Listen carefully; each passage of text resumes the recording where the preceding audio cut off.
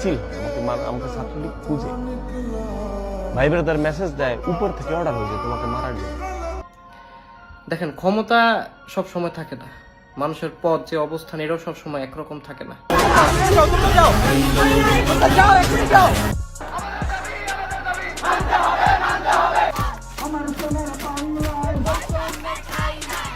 আমি অনেক দেরি করে কথা বলেছি, আমি জানি আপনারা আমার উপর সন্তুষ্টি প্রকাশ করছেন না, আমি তাও জানি।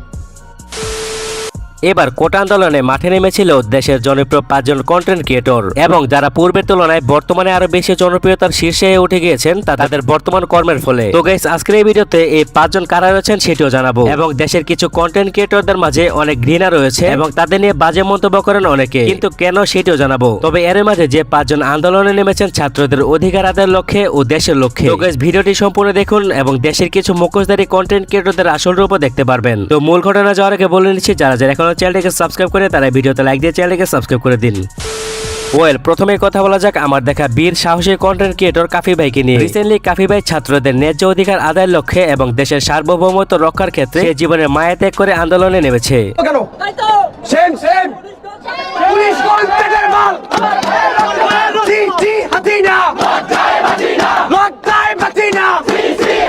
এবং সম্প্রতি তার এই ভিডিওর ক্লিপটি দেখে অনেক ছাত্রছাত্রীরা আরো সাহস পেয়েছে। তবে আপনারা জানেন এই কাফি ভাই বর্তমানে কতটুকু নিরাপদ, শুনুন তার নিজ মুখে। একজন কন্টেন্ট ক্রিয়েটর, কন্টেন্ট বানাই, ভিডিও বানাই, আজকে ছাত্রলীগের ছেলেরা আমার বাসার সামনে গিয়ে মিছিল দেয়, রাজাকারের বাচ্চা বলে। একজন কন্টেন্ট ক্রিয়েটর, কোনো দল করি না, মত করি না, কিছু করি না, যৌক্তিক কথা বলি, ভাই ব্রাদার মেসেজ দেয়, উপর থেকে অর্ডার হয়েছে তোমাকে মারার জন্য। তো মানুষ তো শহীদ হয়ে যাচ্ছে, আমাকে মারলে অসুবিধা কোথায়? কাজে মারলে শহীদ। সাধারণ শিক্ষার্থীদের সাথে আছি, বাঙালির সাথে আছি, বাংলাদেশের মানুষের সাথে আছি। রাত যত গভীর হয় সকাল তো দ্রুত আসে।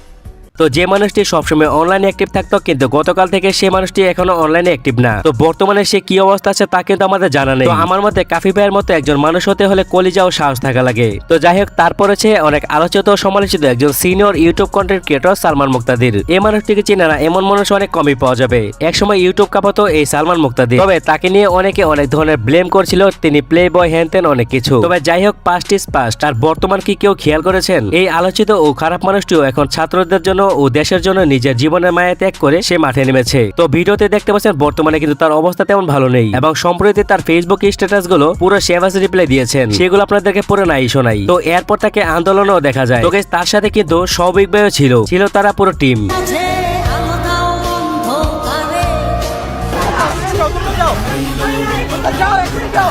তো আসলে সালমান মুক্তাদির ভাই জাস্ট মাস্টারপিস। সে যেভাবে শিক্ষামন্ত্রীর সাথে রিপিট করেছেন যা বলার মতো নয়। তো এরপর 3 নম্বরে রয়েছেন বিনোদনের রাজা ডাকে কেনর সিও আব্দুল্লাহ ভাই। রিসেন্টলি তার কোনো অডিয়েন্সদের জানিয়ে বা প্ল্যান না করে সে হুট করে ছাত্রদের অধিকার আদায়ের লক্ষ্যে মাঠে নেমেছেন।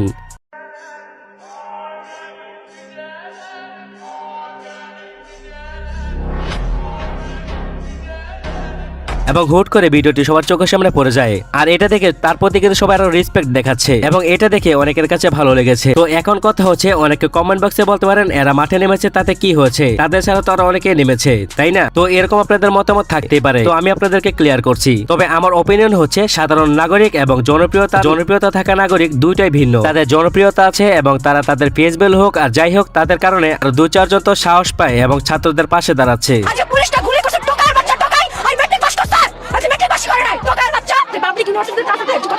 তাদের কারণে আরো 2-4 জন সাহস পায় এবং ছাত্রদের পাশে দাঁড়াতে পারছে। তো ডাকে কেনর আব্দুল্লাহ ভাই কি বলে চলুন দেখে আসি। আসসালামু আলাইকুম রহমতুল্লাহ। আপনারা যারা ক্ষমতায় আছেন, যারা এই সাধারণ ছাত্রছাত্রীদের উপর অত্যাচার করতেছেন, আক্রমণ করতেছেন, আপনাদেরকে একটা কথা বলি, এই ছাত্রছাত্রীরা তাদের অধিকারের জন্য মাঠে নামছে, তাদের ন্যায়ের জন্য মাঠে নামছে। আপনি অন্যায়ভাবে তাদেরকে আপনি আক্রমণ করতেছেন, তাদের উপর অত্যাচার করতেছেন। আপনি নিজেও জানেন যে এটা অন্যায়, আর এটা কেন করতেছেন এটা আমরা জানি, সবাই জানে যে কেন করতেছেন। দেখেন, ক্ষমতা সবসময় থাকে না, মানুষের পথ যে অবস্থান এটাও সবসময় একরকম থাকে না। আজকে আপনি হয়তো খুব উপরের অবস্থানে আছেন বা খুব ভালো একটা পথ নিয়ে আছেন বা খুব ভালো ক্ষমতা নিয়ে আছেন, এটা থাকবো না এক সময়। আপনি আজীবন বাঁচেও থাকবেন না, সবাই দুনিয়া থেকে একদিন চলে যেতে হইব।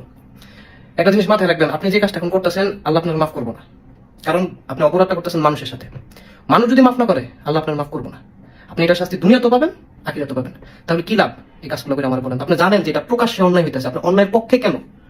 ঠিক আছে, আমার কোনো যুক্তি দিয়েন না যে এটা সঠিক, এসে আমার গালি টালি দিয়েও আপনি নিজেও জানেন যে এটা অন্যায় করতেছেন, যে ছাত্রছাত্রীদের উপর অন্যায় যে করতেছেন আপনারা, এটা আপনারা নিজেরাও জানেন।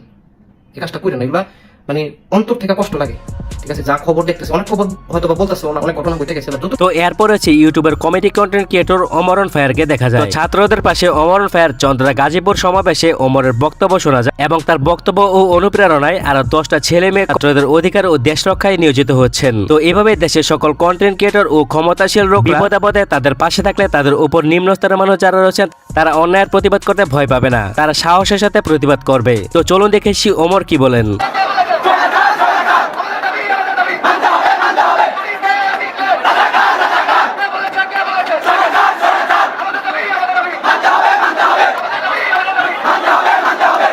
তো এইভাবে কিন্তু ওমরের অডিয়েন্স এবং সাধারণ জনগণের একটা ভালো লাগা কাজ করছে। তো এই কঠিন সময় যে তারা মাঠে নেমেছে এমনিতেই না, কলেজে লাগে ভাই। তো এরপর রয়েছে গেমিং কন্টেন্ট ক্রিয়েটর ও ফেসবুক কন্টেন্ট ক্রিয়েটর সাজিদ ও ইটস কাব্য ভাইকেও দেখা যাচ্ছিল একটা ভিডিওতে। তারা ছাত্র অধিকার আন্দোলনে নেমেছিল এবং এরই পাশাপাশি শেখ সাদি ভাই বিপদে পড়েছেন আন্দোলনে গিয়ে। এই বিষয়ে তিনি কি বলেন চলুন দেখে আসি। রাজলক্ষ্মী আজিমপুরে মাঝামাঝি সংঘর্ষ হয়ে গেছে ছাত্রদের আর পুলিশদের মাঝে। পুলিশরা সরাসরি টিয়ার সেল ছুটতেছে, গুলি করতেছে।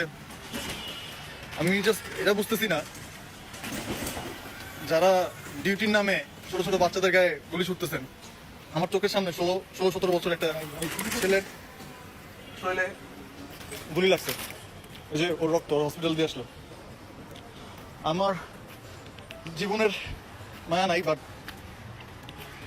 আমার বাবা মা বেঁচে আছে, আই ডোন্ট নো আমার কিছু হইলে আমি তাদের কথা চিন্তা করে ওখানে আন্দোলন করার মতো পরিবেশ নাই। গুলি বর্ষণ করে যাচ্ছে, তো আমি চলে যেতে ব্যর্থ, আমি চলে যেতেছি। বাট তো এর পাশাপাশি ফিমেল ইনফ্লুয়েন্সার শান্তি রহমান কিন্তু কঠিন হুঙ্কার দিয়েছেন ছাত্রদের আত্মরক্ষা ও অধিকার আদায়ের লক্ষ্যে।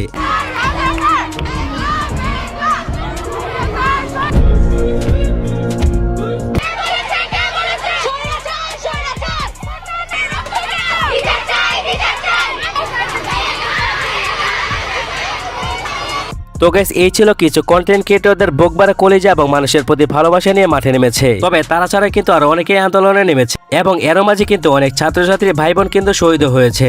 আল্লাহ পাক সবাইকে ওপারে ভালো রাখুক। তো আরেকজন মানবতার ফেরিওয়ালা ফারাজ করিম চৌধুরী কি বলেন চলুন দেখে আসি। বিসমিল্লাহির রহমানির রহিম। আসসালামু আলাইকুম। আমি অনেক দেরি করে কথা বলেছি, আমি জানি আপনারা আমার উপর সন্তুষ্টি প্রকাশ করছেন না, আমি তাও জানি। আমি জানি আপনারা অনেকে আমাকে অনেক খারাপ কথা বলছেন, আমার উপর আপনাদের যে বিশ্বাস ছিল অনেকে তাও চলে গেছে, আমি জানি। তবে আমি একটা কথা আপনাদেরকে বলতে চাই, এটা আপনারা হয়তো অনেকেই আজকে জানেন না।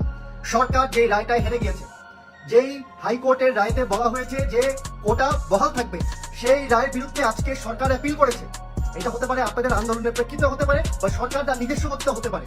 তবে তারা অ্যাপিল করে বলেছে যে সুপ্রিম কোর্ট এই হাইকোর্ট এই রায় বাতিল করতে পারে না বলে সুপ্রিম কোর্টের কাছে অ্যাপিল করেছে। আপনারা যেটা চাচ্ছেন সেটা কোর্টের দ্বারা ইনশাআল্লাহ হবে। আপনারা একটু ধৈর্য ধরুন, কেউ এই মারামারি দেখতে চাই না। ইনশাআল্লাহ আমরা সকলে সুপ্রিম কোর্টের দিকে তাকিয়ে আছি। একটা জিনিস মনে রাখবেন, সুপ্রিম কোর্ট যে রায় দিবে, সুপ্রিম কোর্টের রায়ের বিরুদ্ধে সরকার, রাষ্ট্রপতি কেউ কোনো অ্যাপিল করতে পারে না। সুতরাং আমি আশা করবো সরকার এখানে তারা সুন্দর করে সেই যুক্তিটা বুঝাবে যে কেন কোটা কমানো দরকার, বাড়ানো দরকার, রাখা দরকার নেই। যেটা আপনারা বলছেন 5%, 7%, 10%, সেটা সরকার সুন্দর করে বুঝাবে। এবং সুপ্রিম কোর্ট তো আমাদের দেশের সুপ্রিম কোর্ট আমাদের খারাপ চাইবে না। তারা আমি সম্মান জানাই। আপনারা আমাকে যারা গালাগাল করছেন, যারা আমাকে খারাপ বলছেন, আমাকে ভুল বুঝবেন না। আমি সমাজের ছোটখাটো কাজ করি, সমাজের ছোটখাটো কাজের মধ্যেই আমি থাকতে চাই। তো এবার আসে বন্যায় কন্টেন্ট ক্রিয়েটরদের নিয়ে, যাদের নিয়ে এখন সামাজিক মাধ্যমে কন্ট্রোভার্সি হচ্ছে, যার কারণে ভিডিওটি বানানো, যাদের নিয়ে এখন সামাজিক মাধ্যমে কন্ট্রোভার্সি শুরু হচ্ছে। তো গাইস, ছাত্রদের এই কঠিন খারাপ সময়টাকেও পাশে পায়নি দেশের সুনামধন্য ও শক্তিশালী মানুষদের, পাশে পায়নি মানবতার ফেরিওয়ালাদের, এছাড়াও পাশে পায়নি সাকিব আল হাসান ও তামিম মাশরাফি আরো অনেককে। এমন মতামত করছে সাধারণ জনক। তো ঘরে শুয়ে বসে হাজার হাজার স্ট্যাটাস দিয়ে নিউজ ফিড গরম রাখা যায়, কিন্তু মাঠে নেমে কে বা কারা আসে প্রতিবাদ করতে? দেশের বাকি সব কন্টেন্ট ক্রিয়েটররা অনলাইনে প্রতিবাদ করলো, তবে কেউ কিন্তু মাঠে নামেনি। এবং সাকিব আল হাসান, তামিম ইকবাল থেকে শুরু করে সবাইকে ধিক্কার জানাচ্ছে নেটিজেনরা, কারণ তারা দেশের সুনামধন্য এবং শক্তিধর মানুষ, যারা সবসময় মানব কল্যাণের কাজে ছুটে চলে। তারা কেন চুপ? এছাড়া তাদের নিয়ে আরো অনেক মতামত রয়েছে যা আপনারা সবাই জানেন। এবং কন্টেন্ট ক্রিয়েটর তৌহিদ আফ্রিদি, আরাস ফাহিম, রাকিব হোসেন, রাফসান্দা ছোট ভাই এবং তাসরিফ খান আরো অনেকেই আছে, এগুলো নিয়ে জাস্ট পোস্ট করেছেন এবং তারা এটি বোঝায় আমরাও পাশে ছিলাম। যাই হোক, এদের বিষয়ে কিছু বলা থাকলে কমেন্ট বক্স খোলা আছে, কমেন্ট করুন। এখানে কাউকে বাজে মতামত করার দরকার নেই, জাস্ট আপনাদের ওপিনিয়নটা বলবেন। শেষ করছে, কথা হবে পরবর্তী নতুন আপডেট খবরে। ধন্যবাদ।